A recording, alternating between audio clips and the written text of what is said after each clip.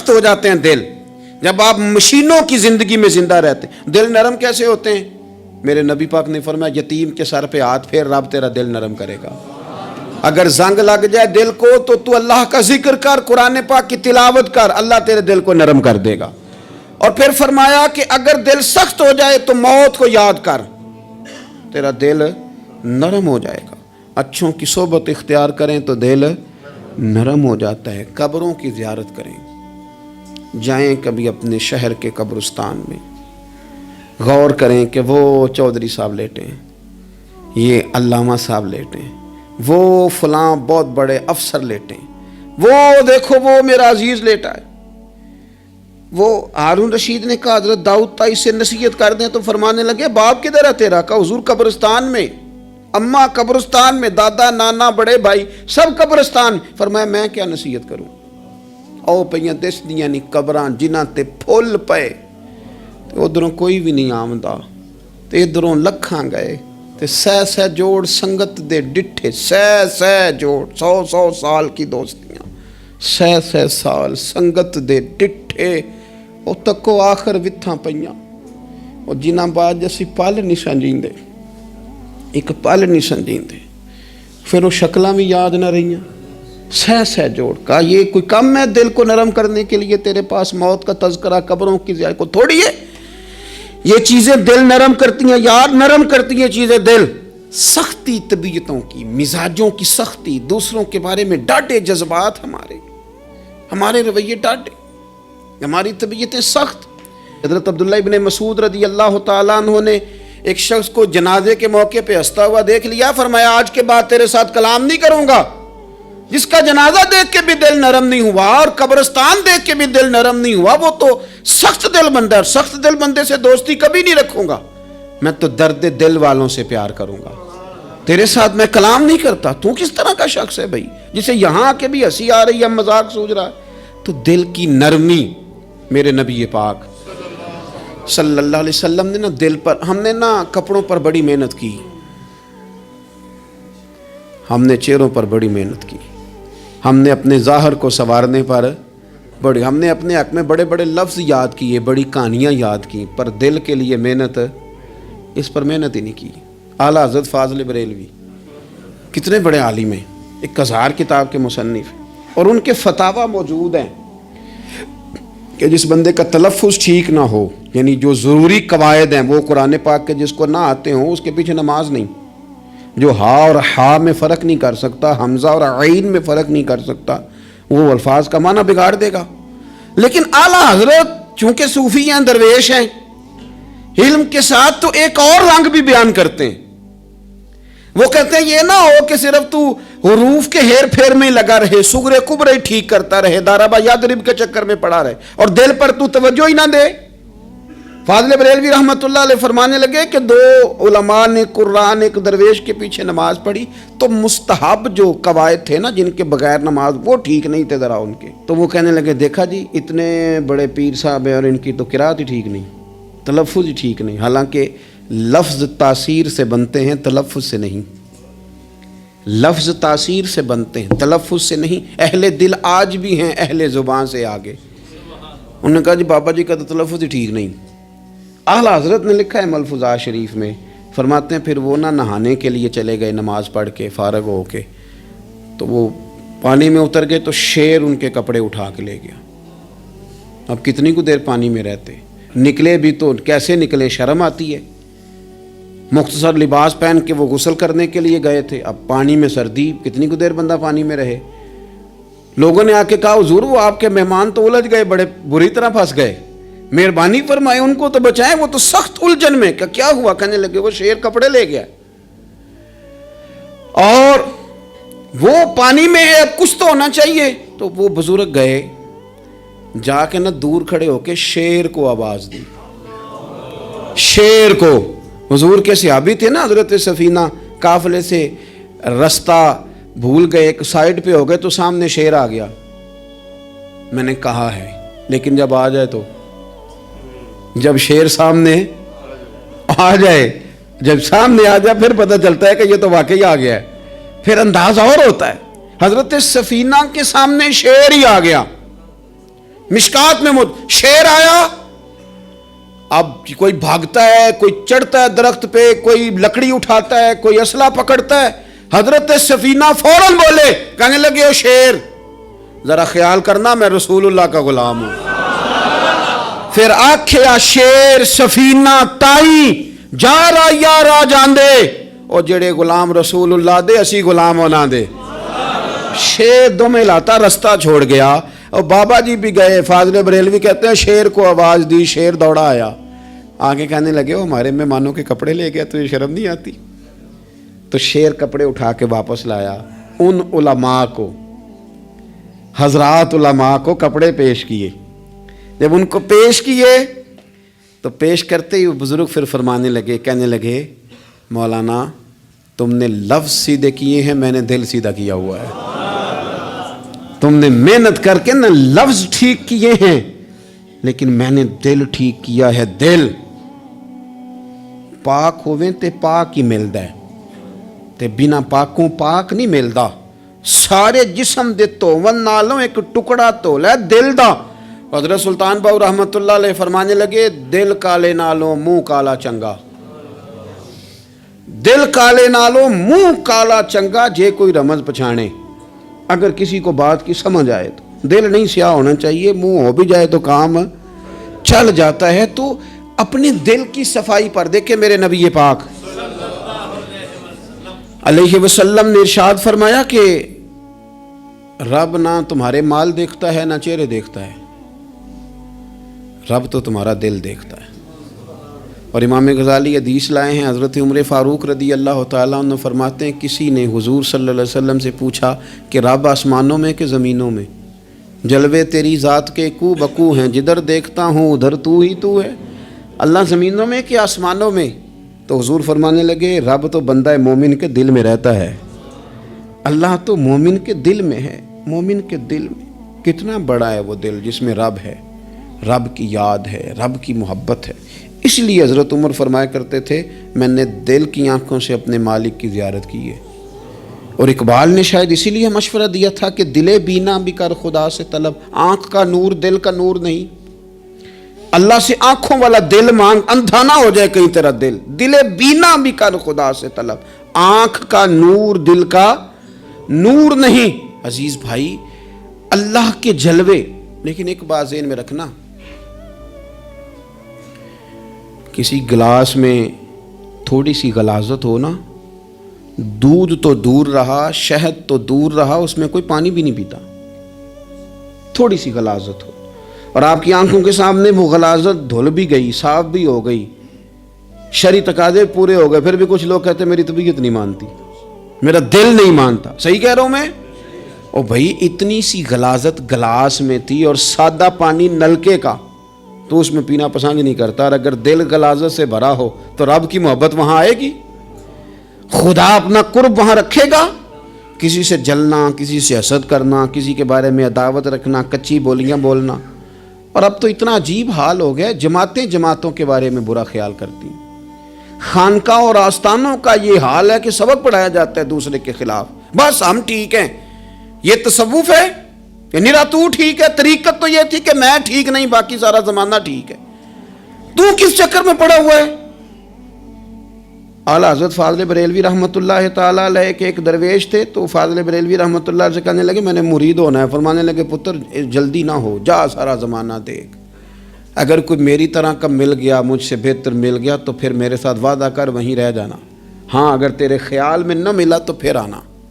جا گھوم زمانہ دیکھ. یہ کیا بات ہوئی کہ آپ نفی کرنے لگے سارے زمانے کی اور کہیں صرف میں ہی ٹھیک ہوں، فقط میں ہی ٹھیک ہوں؟ یہ طریقت ہے؟ اور تصوف والے تو لوگ یہ کہا کرتے تھے میں تے بندہ ٹھگ جے لوکو، میں تے بندہ چور، اور جس دا خلقت کلمہ پڑھ دی او محمد ہور.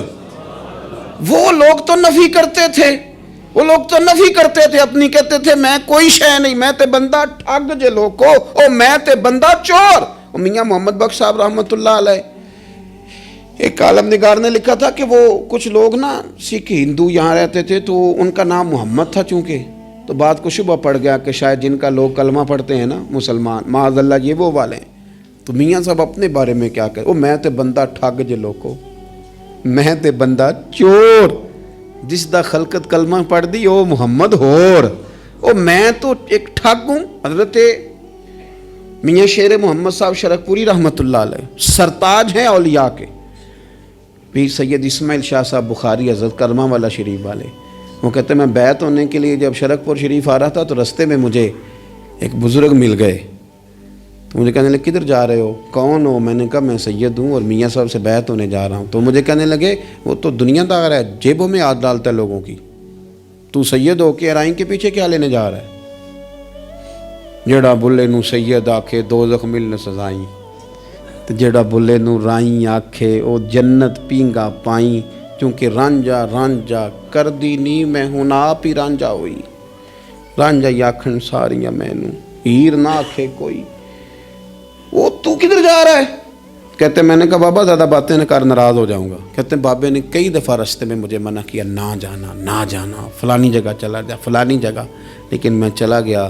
میری طلب صادق تھی. جب میں باہر جا کے بیٹھا تو اندر سے بلاوا آیا کہ میاں صاحب نے بولا. اندر گیا تو یہ تو وہی بابا جی ہیں جو مجھے روک رہے تھے, تو میاں جی خود ہیں حضرت میاں صاحب. کہنے لگے بیلیا تینوں بڑا موڑیا پر تو مڑیا ہی نہیں. وہ تو روکتے تھے, اپنی نفی کرتے تھے. دل صاف دوسرے کے بارے میں, نظریہ صاف, کسی کے بارے میں خیر کا جملہ, کسی کی وکالت کرنا, کسی کا عیب چھپانا, کسی کے بارے میں اچھے لفظ بولنا, یہ مومن کی شان ہے. مومن کا دل ایسے سونا. میرے نبی پاک صلی اللہ تعالی علیہ وسلم نے فرمایا یہ میرا زید بن حارثہ ہے, اس کا دل اللہ نے نور ایمان سے بھر دیا ہے, ایمان سے دل بھر دیا رب تعالیٰ نے. ایک دن صبح صبح حضور نے پوچھا, اور داتا صاحب نے اس کو لکھا ہے, نبی پاک نے پوچھا آج تم نے صبح کس طرح کی؟ عرض کی یا رسول اللہ اس حال میں کہ میں پکا مومن ہوں. حضور نے فرمایا تو پکا مومن ہے, کس طرح؟ کہنے لگے یا رسول اللہ میں اس طرح کا مومن ہوں کہ سونا اور مٹی میرے لیے برابر ہے, پیسے آ جائیں تب بھی کوئی ٹینشن نہیں, نہ آئیں. حضرت زید بن حارثہ رضی اللہ تعالیٰ عنہ عرض کرنے لگے اور سونا اور مٹی برابر ہے, کوئی پرواہ نہیں. تو حضور نے فرمایا تیرے ایمان کی دلیل؟ عرض کرنے لگے یا رسول اللہ میرے ایمان کی شان اور دلیل یہ ہے کہ میں یہاں زمین پہ بیٹھ کے نظر اٹھاؤں تو میری نظر اللہ کے عرش تک جاتی ہے. میں بتا سکتا ہوں کہ جنتی جنت میں جا رہے ہیں اور راضی ہیں, جہنمی جہنم میں جا رہے ہیں اور چیخ رہے ہیں, میں بتا سکتا ہوں. تو حضور نے فرمایا پھر اس کی حفاظت کر, پھر اس جذبے کی حفاظت کر. جب دل صاف ہو, نور ایمان سے بھرا ہوا ہو, علم لدنی کب آتا ہے؟ علم لدنی نیک آدمی کو ملتا ہے. جب بندہ متقی پرہیزگار ہو نا, ناجائز نہ کھائے, ناجائز نہ دیکھے, ناجائز نہ بولے, تو پھر اللہ تعالیٰ اسے علم کا نور دیتا ہے. جو لوگ کہانیوں میں الجھ جاتے ہیں نا, زیادہ باتیں کرتے ہیں, زیادہ گھومتے ہیں, زیادہ سازشی عناصر کا شکار ہوتے ہیں, ان کے تو حافظے کمزور ہو جاتے ہیں, یاد ہی نہیں رہتا, باتیں اتنی کرتے ہیں پتہ نہیں سویرے کیا کہا تھا, دوپہر کو کیا کہہ رہے ہیں. جب انسان کا دائرہ کار تقوی والا ہو پھر اس پر علم کی روشنی کھلتی ہے, پھر دروازے کرم کے کھلتے ہیں. اپنے دائرے محدود کر لیے جائیں. سوچیں, میں بڑے بڑے لوگ آپ کو زندگی میں ملیں گے, مشورے دیں گے, وہ جناب آپ کو پتہ ہی نہیں آپ کتنے بڑے ہیں, آپ فلانی جگہ کھڑے تھے, فلانے کے ساتھ ہنس رہے تھے. یہ آپ کو خراب کرنا چاہتے ہیں, کسی تکبر میں مبتلا کرنا چاہتے ہیں. آپ زمین پہ رہیں تاکہ زمین والوں سے رشتہ مضبوط رہے, دل کی صفائی, دل صاف ہو, کوئی حسد نہیں, کوئی کینہ نہیں. پتہ ہے سب سے بڑی بیماری کیا ہے بندے کی؟ خوفناک علامت کیا ہے دل کے بیمار ہونے کی؟ کہ کوئی بندہ بیماری میں ہے اور ادھر ایک بندہ اس کو دیکھ کے خوش ہو رہا ہے. کسی کو زوال آ گیا ہے, کاروبار ڈوب گیا ہے, اور یہ دیکھ کے خوش ہو رہا ہے. مر گیا ہے اس کا دل, مردہ ہے, اندر کوئی دل نہیں. آپ یعنی ایک بندہ رسوا ہو گیا اور یہ خوش ہو رہا ہے, دیکھا میں نے نہیں کہا تھا. جب کوئی کسی کی رسوائی, کمزوری اور کسی کے زوال پر راضی ہونے لگے تو پھر سمجھ لے کہ اس کا حال اتنا برا ہو گیا ہے کہ اب یہ اخلاقی طور پر مردہ زندگی گزار. ہمارا اب یہ حال ہے کہ ہم لوگوں کے دکھوں پر ہنسنے لگے. ہم کسی کے ہاں کوئی شخص تکلیف میں آتا ہے تو ہم اس کو کہکوں میں اڑاتے ہیں. یارو, زندہ قومیں یہ کام نہیں کرتی, زندہ قومیں یہ کام نہیں کرتی. میرے نبی پاک صلی اللہ علیہ وسلم نے فتح کے موقع پر بھی گردن کو جھکا کے بتایا کہ جب رب عروج دے تو پھر اللہ کی بارگاہ میں جھک جایا کرو. کسی شخص کے پتہ ہے ایک حدیث سنو، یہ مسلم شریف میں موجود ہے. حضور نے فرمایا ایک بندہ گناہ کرتا تھا، پھر اس نے توبہ کر لی. اگر کسی نے دوبارہ اسے وہ گناہ یاد کرایا کہ تو یوں ہوتا تھا، اگر کسی نے اسے دوبارہ گناہ یاد کرایا تو یاد کرانے والے کو اللہ سزا کے طور پر مرنے سے پہلے پہلے اس گناہ میں مبتلا کر دے گا. خفیہ تدبیر آئے گی اللہ. جس کو اللہ نے معاف کر دیا، زمین آسمان بھول گئے، فرشتوں کے دفتر سے اس کا گناہ محو کر دیا گیا، تو نے کیوں یاد رکھا؟ لیکن ہمارے دل اس طرح کے ہیں، خیر کی خبریں نہیں دیتے. ہم خیر کی خبر نہیں دیتے، مثبت بات نہیں کرتے. ہمارے رویے دوسروں کے بارے میں سخت ہیں. یعنی بہو سے داماد سے اختلاف ہو گیا، پھر اس نے معافی مانگ لی، پھر ہم نے معاف کر دیا، پھر 1 سال کے بعد دوبارہ لڑائی ہوئی تو پچھلی بات دوبارہ یاد کرنی چاہیے تھی. اس کی تو معافی دے دی تھی آپ نے، لیکن آپ نے پھر یاد کر لی وہ بات. اس کا مطلب ہے آپ نے صلح کی تھی، دل صاف نہیں کیا تھا. دل جب آپ صاف کر لیں تو پھر معاملہ ختم ہو گیا. پھر آپ پھر نکال پھینکے ساری چیزیں. مسند امام احمد بن حنبل میں حدیث ہے،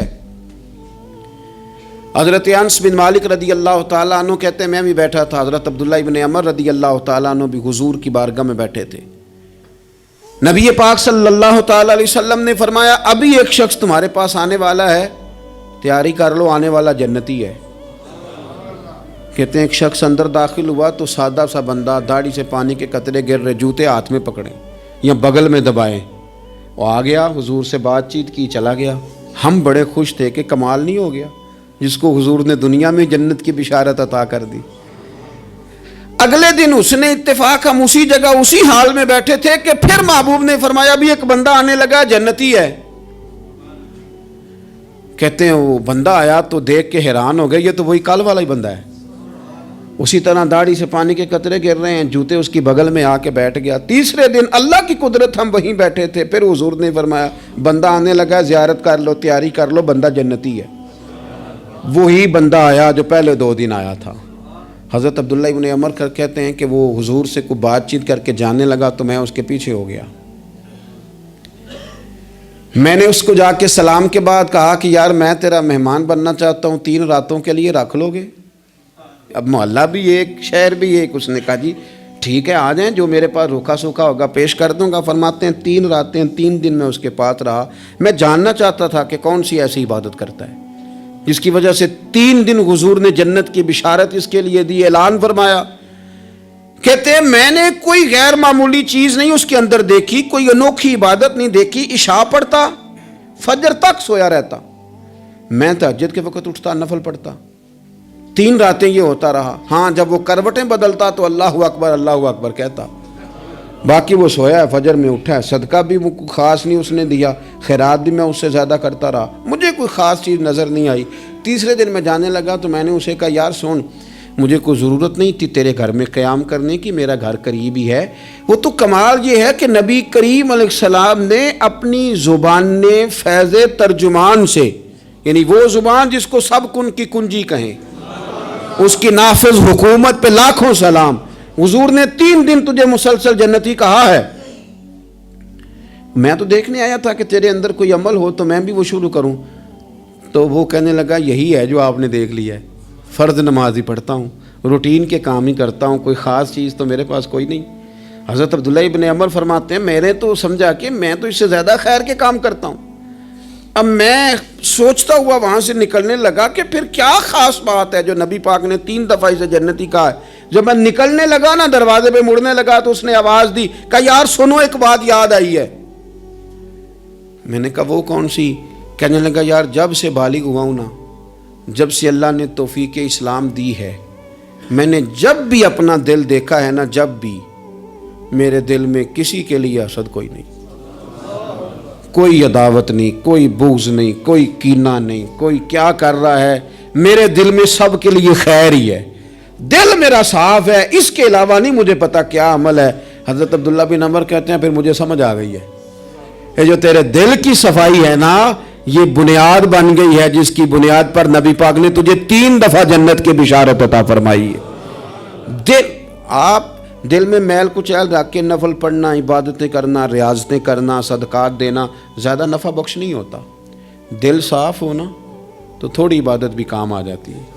یہ حدیث بتاتی ہے کہ دل صاف ہو تو تھوڑے صدقے بھی زیادہ نفع کر جاتے ہیں۔ دل پر توجہ دیں۔ سب سے ضروری کام ہے کہ ہم سویرے اٹھ کے اپنے دل سے پوچھیں کہ تیرا لوگوں کے بارے میں خیال کیا ہے، شام کو پوچھیں کہ تیرا لوگوں کے بارے میں رویہ کیا ہے۔ آپ اپنے دل لوگوں کے لیے صاف کر دیں، اس میں خیر پیدا کر لیں، تو پھر آپ محسوس کریں گے طبیعت ہلکی پھلکی بھی ہے، حشاش بشاش بھی ہے، ٹھنڈی بھی ہے، اور پھر اس میں اللہ رسول کی محبت کے جلوے بھی ہیں۔ پھر یہ خیر کی طرف ہمیں بلا رہی ہے۔ اللہ تبارک و تعالیٰ توفیق عمل عطا فرمائے۔